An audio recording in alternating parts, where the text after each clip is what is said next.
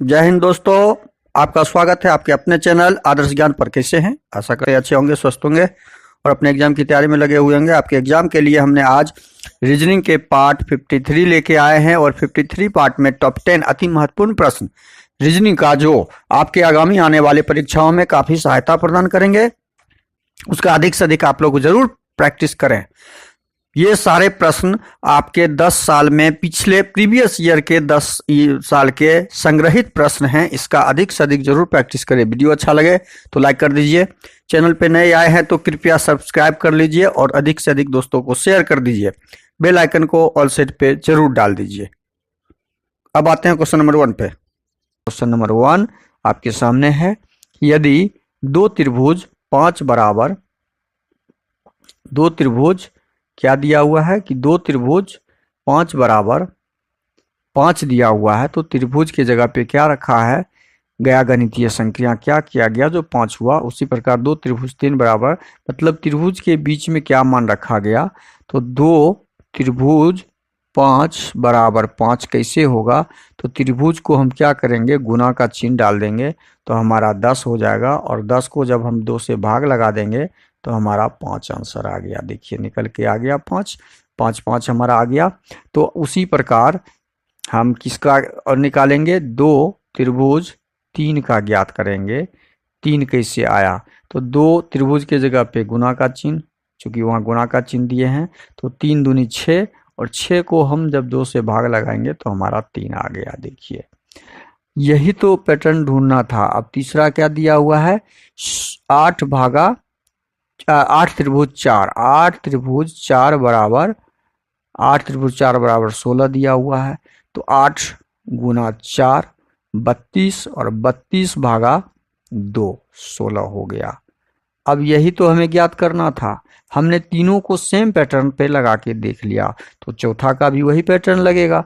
चौथा का वही पैटर्न डाल के हम इसका आंसर ढूंढ लेंगे। चौथा का क्या दिया हुआ है, 16 त्रिभुज 8। 16 त्रिभुज 8 का मतलब हम क्या डालेंगे, 16 गुना 8, 16 अठे 28 से 128 और 128 भागा 2 कर देंगे। 2 छके 12, 2 चौके 8, 64, जो ऑप्शन डी में आपका दिया हुआ है। तो हमारा उस पैटर्न को लगा के आंसर ढूंढ लिए, जो ऑप्शन डी में 64 निकला। Question number 1 complete. अगला प्रश्न है क्वेश्चन नंबर 2। क्वेश्चन नंबर 2 में क्या दिया हुआ है, ARC को का, देखिए ARC का $@ और स्टार दिया हुआ है। हिट का HIT, हिट का हच, मान सबका आप उसके सामने रख दीजिए। एग्जाम में इतना नहीं करना है, आपको बेसिक समझाने के लिए हम इतना लिख रहे हैं। तो हमें चेयर का निकालना है, CHAIR, चेयर का मान ज्ञात करना है। चेयर का मान ज्ञात करने के लिए हम क्या करेंगे, पहले C का हम रखेंगे। C का हम कहाँ से ढूंढेंगे, यहाँ C है, तो C का मान क्या है, स्टार है। स्टार वाला जो भी होगा हमारा वो आंसर होगा। ऑप्शन ए यहाँ से कट जाएगा, ऑप्शन बी हमारा कट जाएगा, ऑप्शन सी और ऑप्शन डी में स्टार है। अब H का मान निकालेंगे, तो H का हम यहाँ पे क्या दिया हुआ है, यहाँ पे H दिया हुआ है, तो H का मान क्या निकल जाएगा, H निकल जाएगा। H का मान H निकल गया, H का मान H निकल गया, तो स्टार के बाद H दोनों में है, C और D दोनों में। अब A का मान हम ज्ञात करेंगे।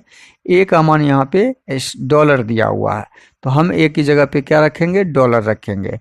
और $, इसमें भी है, $C में भी। अब हम I का मान निकालेंगे।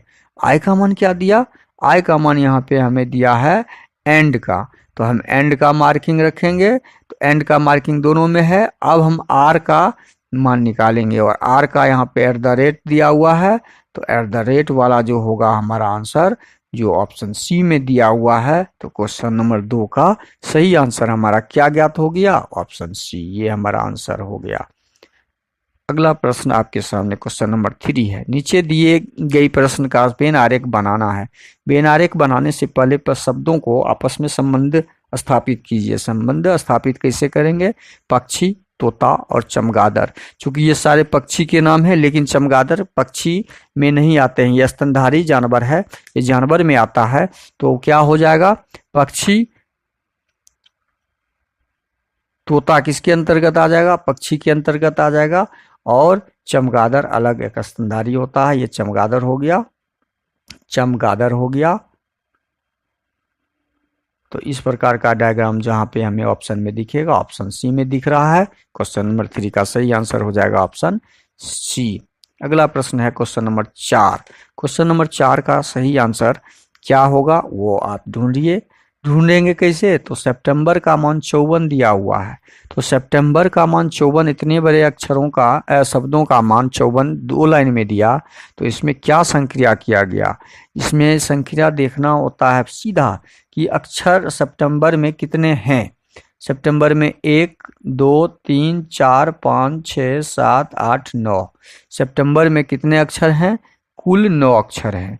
तो 54 9 को क्या करके लाया गया, 9 को 6 से गुना करके 54 प्राप्त कर लिया, कुल अक्षर में 6 से गुना। तो हम यही पैटर्न जनवरी के साथ भी लगाएंगे। जनवरी 1 2 3 4 5 6 7, जनवरी में कुल कितने अक्षर, 7 को 6 से गुना करते हैं तो क्या हमारा 42 आ रहा है जो दिया हुआ है।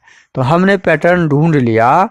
क्या दिसंबर में भी यही सिस्टम लगा हुआ है, 1 2 3 4 5 6 7 8, दिसंबर में कुल कितने, 8 को 6 से गुना करके देखते हैं, 8 छके 48, यहाँ पे हमारा निकल गया। बस सेम पैटर्न हम अगस्त में लगा देंगे। सेम पैटर्न अगस्त में लगाते हैं तो अगस्त 1 2 3 4 5 6, अगस्त कितने अक्षर, 6 को 6 से गुना कर देंगे तो हमारा आंसर 36 आ गया। कितना आ गया, 36, जो ऑप्शन डी में दिया हुआ है। तो क्वेश्चन नंबर 4 का सही आंसर क्या हो जाएगा, ऑप्शन डी हो जाएगा। कितना आसानी से समझा दिए, आपको समझ में आ गया होगा। अब अगला प्रश्न है क्वेश्चन नंबर 5। दिए गए विकल्पों में से संबंधित संख्या को चुनिए। संबंधित संख्या क्वेश्चन नंबर 5 में है, कुछ चुनना है। 12 को क्या करके 7 बनाया गया, वही 16 को करके हमें ज्ञात करना संबंध पैटर्न ढूंढते हुए। तो 12 को 12 में यदि हम 5 घटाएंगे, 12 5 7 5 12 7 प्राप्त होगा। क्या 16 में 5 घटाने से 11 ऑप्शन में कहीं तो दिख नहीं रहा है। यह पैटर्न हमारा वर्क यहाँ पे नहीं किया। अब हम दूसरा पैटर्न ढूंढते हैं, जो एग्जाम में आपके सामने तुरंत पैटर्न आएगा उसको तुरंत लगा के देख लेना है। अब इसमें दूसरा पैटर्न क्या लग रहा है, दूसरा पैटर्न लग रहा है कि 12 को 2 से भाग लगा के, 2 छके 12 में 1 जोड़ देते हैं तो हमारा 7 प्राप्त हो जाता है।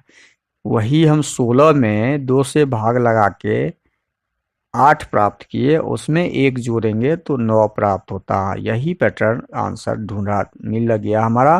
तो ऑप्शन बी में इस प्रश्न का सही आंसर है, जो 9 आया। अगला प्रश्न है क्वेश्चन नंबर 6।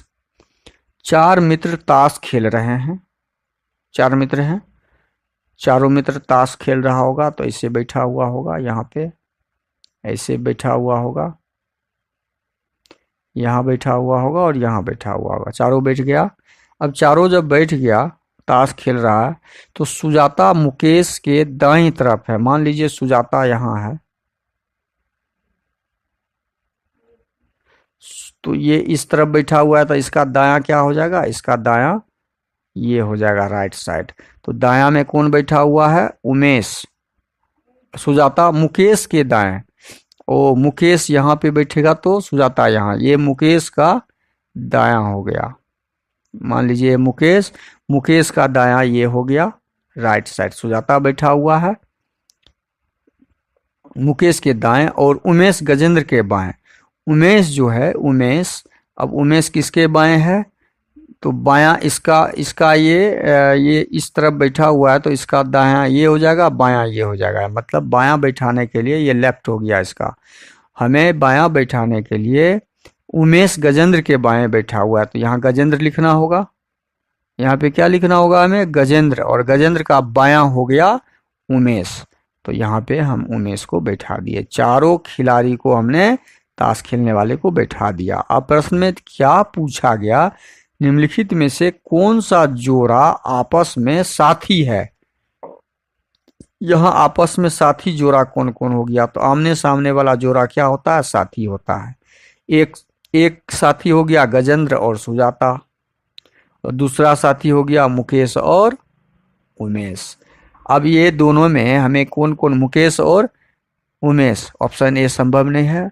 उमेश और सुजाता, उमेश और सुजाता करके कहीं है नहीं, बी भी संभव नहीं है। मुकेश और सुजाता, मुकेश यहाँ पे है, मुकेश का साथी उमेश है, ऑप्शन सी भी नहीं होगा। तो हमारा सही आंसर क्या हो जाएगा? Option D. अगला प्रश्न, क्वेश्चन नंबर 7, दिए गए समूह में भिन्न की पहचान करें। क्वेश्चन नंबर 7 में भिन्न की पहचान करना है। जे होता है 10 और एन होता है 14, तो +4, 14 4 18 +4 का पैटर्न, 18 4 22 +4 का पैटर्न, 9 आई होता है 9, 9 4 13 +4 का पैटर्न। देखते जाइए क्या क्या है। यहाँ भी 14 4 13 4 17, और ये -7 का पैटर्न है।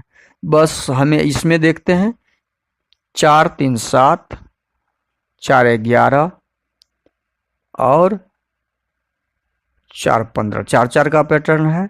11 4 15, 15 4 19, 19 4 23।